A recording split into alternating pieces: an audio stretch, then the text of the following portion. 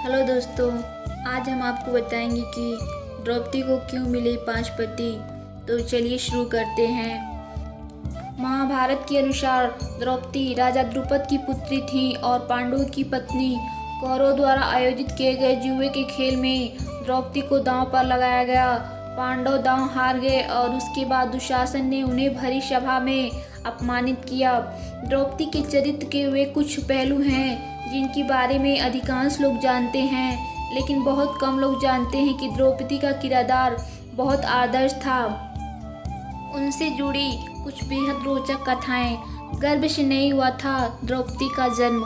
महाभारत ग्रंथ के अनुसार एक बार राजा द्रुपद पांडवों से पराजित होने के कारण परेशान थे। जब से द्रोणाचार्य के कारण युद्ध में उनकी हार हुई, उन्हें एक पल भी चैन नहीं था।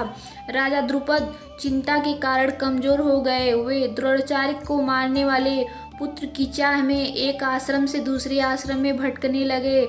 ऐसे ही भटकते भटकते उन्हें एक बार कलमासी नाम के नगर में पहुँचे। उस नगर में ब्रह्मचर्य का पालन करने वाले और स्नातक ब्राह्मण रहते थे। वहीं उन्हें 2 ब्राह्मण याज और उपयाज मिले। उन्होंने पहले छोटे भाई उपयाज से अपने लिए पुत्र प्राप्ति हवन के लिए प्रार्थना की। फिर उपयाज के कहने पर उन्होंने याज से प्रार्थना की। उसके बाद याज ने राजा द्रुपद के यहाँ पुत्र प्राप्ति के लिए हवन करवाया।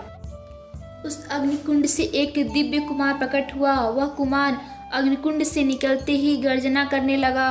वह रथ पर बैठकर इधर उधर घूमने लगा। उसी वेदी यानी हवन कुंड से कुमारी पांचाली का भी जन्म हुआ।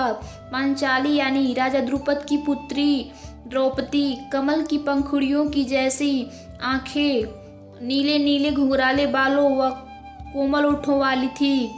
उसका रंग सांवला था। ऐसा लगता था मानो कोई देवांगना मनुष्य शरीर धारण करके सामने आ गई।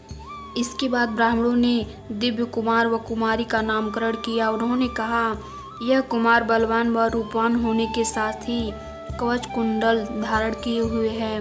इस पर अग्नि का प्रभाव नहीं होगा, इसलिए इसका नाम धृष्टद्युम्न होगा। और यह कुमारी कृष्ण वर्ण की है, इसलिए इसका नाम कृष्णा होगा।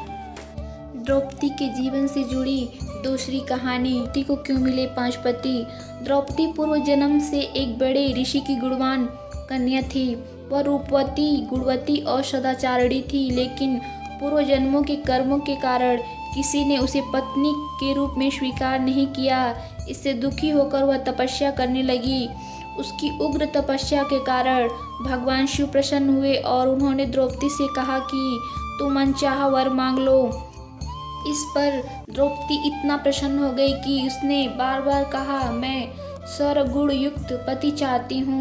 भगवान शंकर ने कहा, तूने मनचाहा पति पाने के लिए मुझसे 5 बार प्रार्थना की है, इसलिए तुझे दूसरे जन्म में एक नहीं 5 पति मिलेंगे।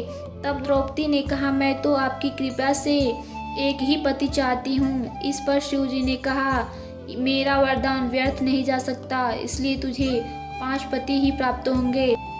इस प्रकार द्रौपदी को शिव जी के वरदान के अनुसार द्रौपदी के दूसरे जन्म में 5 पति मिले।